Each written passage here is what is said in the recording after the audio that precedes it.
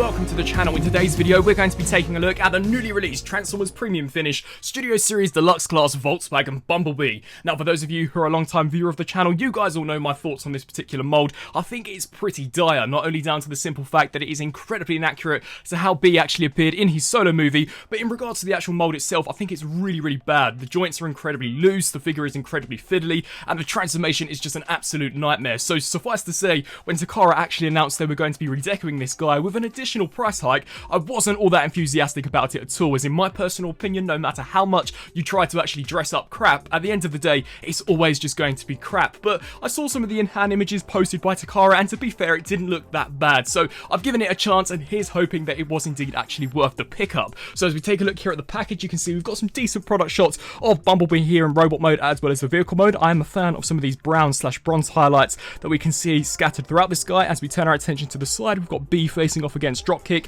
Here at the back, we've got some product shots based on the actual Bumblebee movie itself, and then of course here at the side, we've got B facing off against Shatter. So without further ado, let's crack this premium series Bumblebee open and see what this guy has in store for us. And so here we have the new premium finish Volkswagen Bumblebee cracked open and out to the packaging, and yes, exactly as I expected, this guy for the most part is incredibly frustrating and is just as crap in my personal opinion as the original version. Honestly, there are really no redeeming factors for this mold at all, but we're here to discuss the paint, so that is mainly what we shall do in today's video. To be completely honest, I actually think this is one of the rare instances where I think Takara Tomy massively dropped the ball on this. Not only is the colour of yellow they used incredibly pale, honestly, I actually don't think it resembles any incarnation of Bumblebee, but the actual VW bug that Bumblebee had in the movie was rusted, and this guy has no rusting paint apps at all, and for a premium finish line, you really would expect that. So once again, definitely not off to a great start with this figure, but nevertheless, taking a closer look here at the details, you can see that in regards to the actual face sculpt, I do think this is one of the better ones that Hasbro have put out. I do think the face sculpt looks really cool. You can see we've got some nice sculpted in detailing there for the actual mouthpiece. I think the eyes have turned out really nicely. You can see some darker gunmetal highlights actually around the eyes in order to really make that blue pop. I think that looks pretty cool. You can see some nice silver details here on those side pieces, some nice silver highlights here for these actual ear pieces, but other than that, not much going on. Unlike the actual Hasbro version, Takara haven't in fact actually stamped the Autobot insignia here for the crest. I personally have no idea as to why they didn't do this. As mentioned beforehand, the actual mass release version did have this, so to see it absent on a premium finish version definitely isn't the best. And whilst we're actually on topic of things of which aren't the best, we may as well talk about the shade of yellow they've used. To be completely honest, I think they've massively dropped the ball. This really doesn't resemble what he looked like in the film, and once again, the actual mass release version is indeed a lot closer when in comparison to this. We also have got the absence of rust, so there is no rust paint apps on this guy at all. You would expect some here for the torso, maybe some here for these actual thigh pads, definitely some here for the legs, and when we get him transformed up into the Beetle, you would definitely expect some there, but nope, nothing at all. This is a complete clean version of Bumblebee, and once again, really doesn't give me that premium finish feel. I do think in some regards that 2-pack that we actually saw a VW Bug B that came with the actual Last Night Bumblebee is a little more accurate when in comparison to this, as that did in fact actually have the rust detailing. But that's not to say that there are no saving graces of this guy. I do actually think these brown/copper highlights are a vast improvement over the actual grey that we got on the original version, so if they could have in fact actually incorporated some of the details from the mass release version and put them onto this guy, we maybe could have gotten a pretty decent paint deco. But as it stands, you can see here some nice copper going on here for the bicep as well as here for the forearm, nice silver detailing there for the armor. As we turn our attention here to the lower section, sadly this entire section's gone completely unpainted, but still some pretty nice looking detail you can see here for the side of the leg. Nice metallic gunmetal, some nice brown once more, and then just spinning our attention to the foot, I do in fact actually really like the copper that we've got going on here. And then as we just turn our attention to the back, you can see really not much going on. We of course have got those incredibly inaccurate door wings slapped here onto the back, as well as the huge backpack, massive pads sticking out to the side of the legs, which once again don't look the best, and I have no idea as to why these hubcaps aren't in fact actually painted silver. Once again, I definitely don't see what's supposed to be premium about this guy. Besides the brown, everything seems pretty lackluster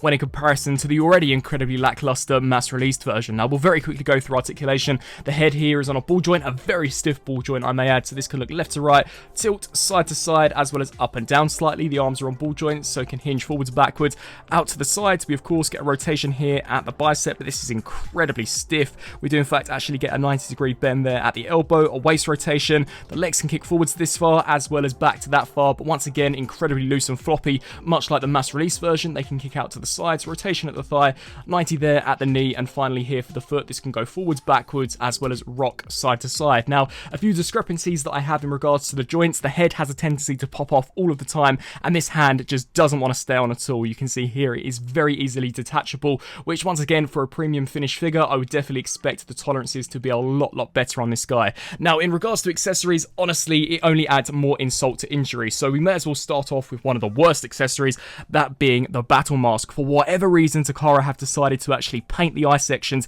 grey. Now, correct me if I'm wrong, but I don't ever recall these being grey in the movie. They're always metallic blue, so once again, the mass release version is indeed a lot more accurate than this version. I do actually quite like the gunmetal sections that we've got here for the top, but other than that, pretty weak. No Autobot insignia stamped on, and it does insert in the exact same way, so you simply just slide the pre-existing face here clean off. Once again, be cautious of those eyes, and then take the battle mask, slide this section on, and that is B there with the battle mask. Not looking too bad, but these definitely should have been a vibrant blue. We do, of course, also get the same arm attachment. This pegs here onto the side.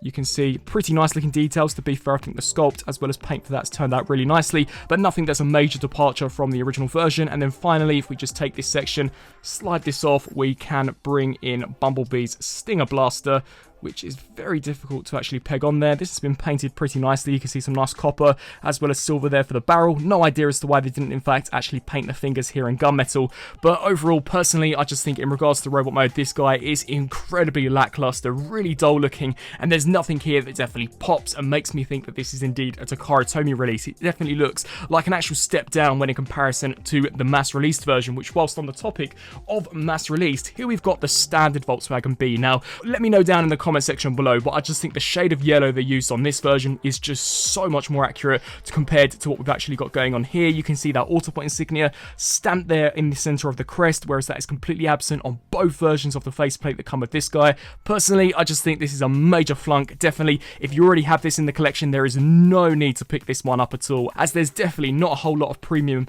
actually going on with this particular figure in my opinion. Now, turning to arguably one of the most dreaded sequences of this entire review, that being the transformation. Honestly, this is just such a nightmare. I'm merely just going to showcase it for those of you who have perhaps never actually seen the conversion for this guy. So we'll start off firstly here with the back. You're going to want to take these sections, and if the door wings weren't big enough already, you're in fact actually going to want to extend this here, snap that there into place, and snap that into place. One thing worth noting is that they did indeed actually go the extra mile to resculpt this tab. Now, I have no idea as to why they did this and not in fact actually resculpt the entire door wing section, but that is definitely something worth noting. We can then take this backpack section here and just pull it out from the back and just extend that like so, and then extend this section. You're then going to want to take the hands and, for what it's worth, actually compress those in, but take your time as you don't want these to in fact actually pop off. We can then rotate here at the waist, and what I like to do is start off by coming here to the foot, extending this and collapsing that down like so. Of course, come to this side, repeat the same process. We're then going to in fact actually want to disengage the shin from this section, and then you can see that it is indeed on a slider joint. You're going to want to slide that there into the middle. Of course, come to this side and repeat the same process, so slide that there like so. We can then take these pieces here, just lift those up, and of course repeat the same process. And then with this piece, it is just a matter of aligning this section up, so just snap that in there, and you can see that we've got 2 tabs and 2 slots here that once again would also peg into place. You'll then want to angle this appropriately, and then you can see that we have indeed now got a huge tab that will peg into this slot here. So shoot this up and over until it does in fact actually snap there into place. Once that's like this, we can then lift this bumper section over the top so that we're left with something along the lines of this. You'll then want to turn your attention to the torso, angle these sections out, pull these and rotate this section here forwards. Now, this is personally where I find things to get incredibly fiddly, so please do excuse me if there are a few jump cuts for this particular section, but you are going to want to bring those shoulder sections in, take this here, snap that there into place, take these front headlights, scoot those tabs underneath this section, just like so. We can then take this here, pull this forwards, and snap, or at least try our best to snap this into place. And I have no idea as to why this won't tab in, so shoot that there into place just like so. You can see here that those transparent tabs will peg into those slots, and then finally least here for the underside, you can see we've got these tiny little tabs that shall in fact sort of peg into these grooves here on the side. So just align those up, rest those in those slots, and then here, this tab will peg into this slot here. So try your best to align that up, come to this side, and of course repeat the same process, align that up, try to compress this section in, and then shoot that in like so, that in there, and then come to this side, shoot that there into place. And there we more or less have the premium finish Bumblebee fully transformed up into the VW Bug. And once again, you can see that tabs continuously want to pop out, but that is more or less him fully converted. And much like you saw for the robot mode, to be completely honest, I find the paint here to be even worse. As you can actually see, we've got some mismatches in terms of colour. Now, granted, it is actually coming across a little worse on camera than it is in person, but you can see the differences here between the actual headlights when in comparison to the plastic. Here for the hood, you can also see this section, the paint does differ when in comparison to the actual plastic, and you can definitely see it here in regards to the door. Now, as mentioned beforehand, the camera's making it look slightly worse, but honestly, that's not great once again to see on a premium finish. And you can just see here, I don't think this looks all that premium. Once again, no rust detailing at all, no silver here for the hubcaps, no actual tinted windows like we saw in the movie. I just don't think this looks all that great. You can see there's pretty nice details. If anything, this is probably the only redeeming mode that this guy actually has. I think it's vastly superior when in comparison to the bot mode, but definitely not that great at all. You can see we've got the bumper there, the VW Bug logo here at the top, some nice outer lining here in terms of the black paint with the window wipers actually picked out, but other than that, definitely leaves a lot to be desired in terms of a mold as well as in terms of paint. So some final thoughts for this Transformers Premium Finish Studio Series Volkswagen Bumblebee. Suffice to say, I find this release by Takara to be incredibly disappointing. Not only is the mold straight up really bad, honestly I think it's one of the worst Studio Series figures that we've ever gotten, but Takara massively dropped the ball in terms of the paint apps. I think the overall colour of yellow they used is just way off. Honestly, it doesn't resemble what he looked like in the film. The 3.0 version that I own is in fact as close as you'll ever get to the CGI model, and honestly the colour of yellow is just leagues apart. They've really done such a bad job with this guy. The lack of rust paint I think just adds further insult to injury. This version of Bumblebee was by no stretch of the imagination pristine. He had various different rust marks scattered all the way throughout him, something which an actual mass release box set by Hasbro was able to capture with a 2-pack that was released earlier on in the Studio Series line. I also think the mold tolerances suck, especially once again for a premium release. The loose hand is just super bad, those wobbly legs are terrible.